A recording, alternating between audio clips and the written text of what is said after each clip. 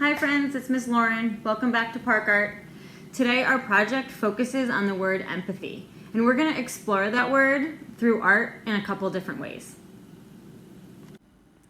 Empathy is when we can understand and connect with the feelings of others. It's when we can share the feelings that others are feeling, like the saying, walking in someone else's shoes. One way that we can explore empathy as artists is noticing that many artists use their artwork to create certain feelings and to have the viewer, when they look at the art, empathize with the subject or the person in the artwork.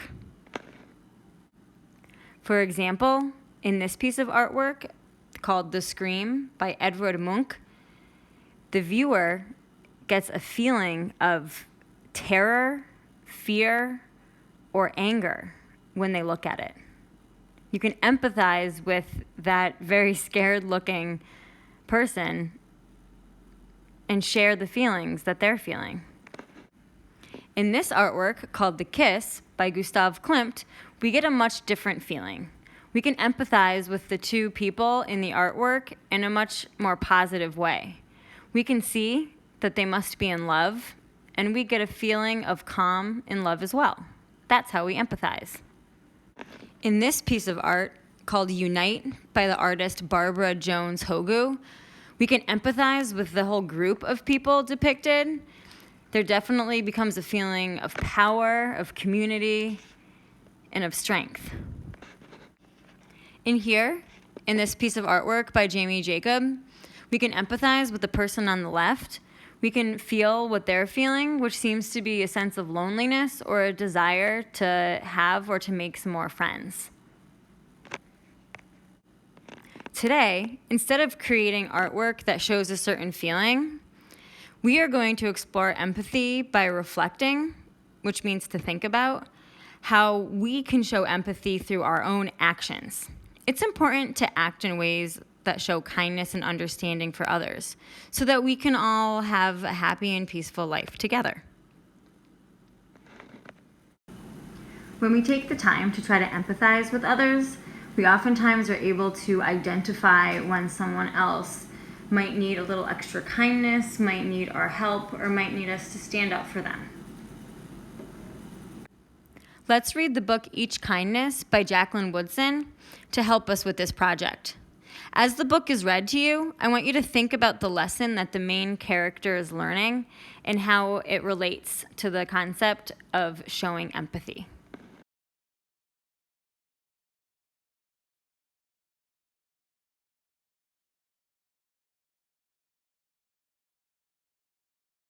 I hope you liked that book.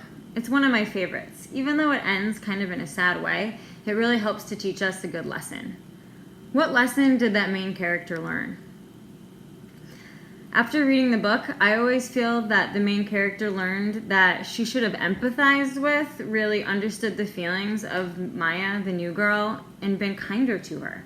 Right? We know that when we move, it's really hard. It's hard to not have friends already, and you're kind of putting yourself out there. So our main character should have been a little bit more understanding and empathized with the way that Maya was feeling. I think it seems that by the end of the book, our main character did understand that, but unfortunately it was a little bit too late. She should have shown kindness sooner.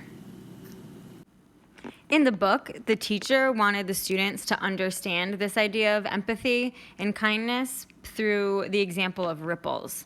Right? She said that each little thing that we do goes out like a ripple into the world.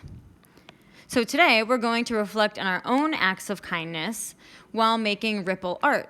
As we create our artwork and you make each ripple, we can think about how our positive actions go out into the world as well. Just like a ripple radiates out, each kind thing that you do goes out into the world and impacts others in a positive way too, creating more positivity. For today's activity, you'll just need your watercolor paper, watercolors, brushes, some water to wash your brushes in, and you can take just your white crayon out of your crayon box. All right, so for your first step, you'll just need your white crayon and your watercolor paper. And so what you're gonna do, and it can be hard to see at first, so just make sure you have some good lighting, is you're gonna draw ripples, which are really just circles in circles on your paper. Again, it's really hard to see, so just kind of trust yourself. It doesn't have to be perfect. You can make some wavy, or you can make some just simple circles. You might even have some areas that really overlap with other areas. It's okay. And feel free to rewind the video to take a look at the ripple examples that I had posted previously to remind yourself what ripples look like. And once you feel that you've really covered your paper, then you can stop. As you draw each ripple, think about an act of kindness that you've shown to others and reflect on how that act, that kind act, made others' lives more positive. For example, if you help your younger sibling get ready in the morning, then they'll learn that what it means to be helpful, and then they might try to help others in the future because you were a good role model for them. So your act of kindness rippled out and created more kindness in the world. So I know that while you are making these circles, it's really hard to see because it's a white crayon and white paper. But one thing you can do is tip your paper to the side.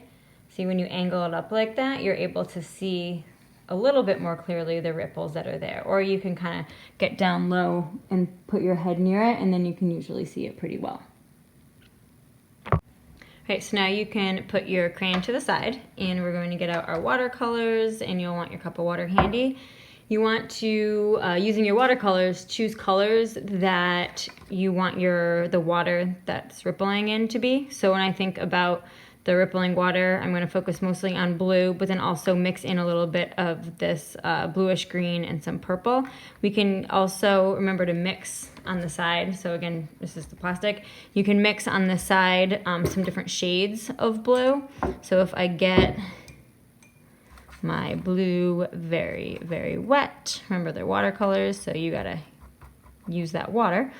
So I can put some of the blue on the side, and if I want to add a little black, I always put the colors that I'm mixing together separately, and then when I'm ready, mix them together. So that would be maybe a really dark blue that I could use. And you could also add some white, if you have white, to make a lighter shade of blue. It's up to you. So I'm going to create a little magic here. So get your brush really wet, and as you paint over your page, you should see that where you drew with your crayon, it should leave the white, right? And that's called a resist because it's resisting the paint in that area, because the waxiness of the crayon is keeping the watercolors from making their mark.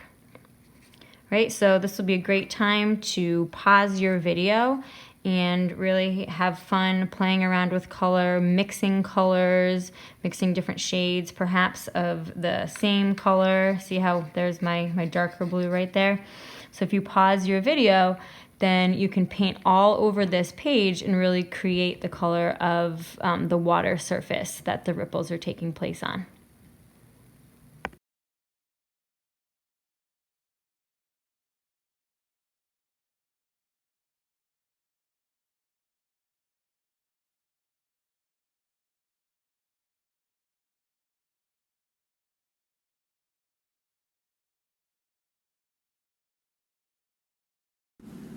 And we're done. Nice job.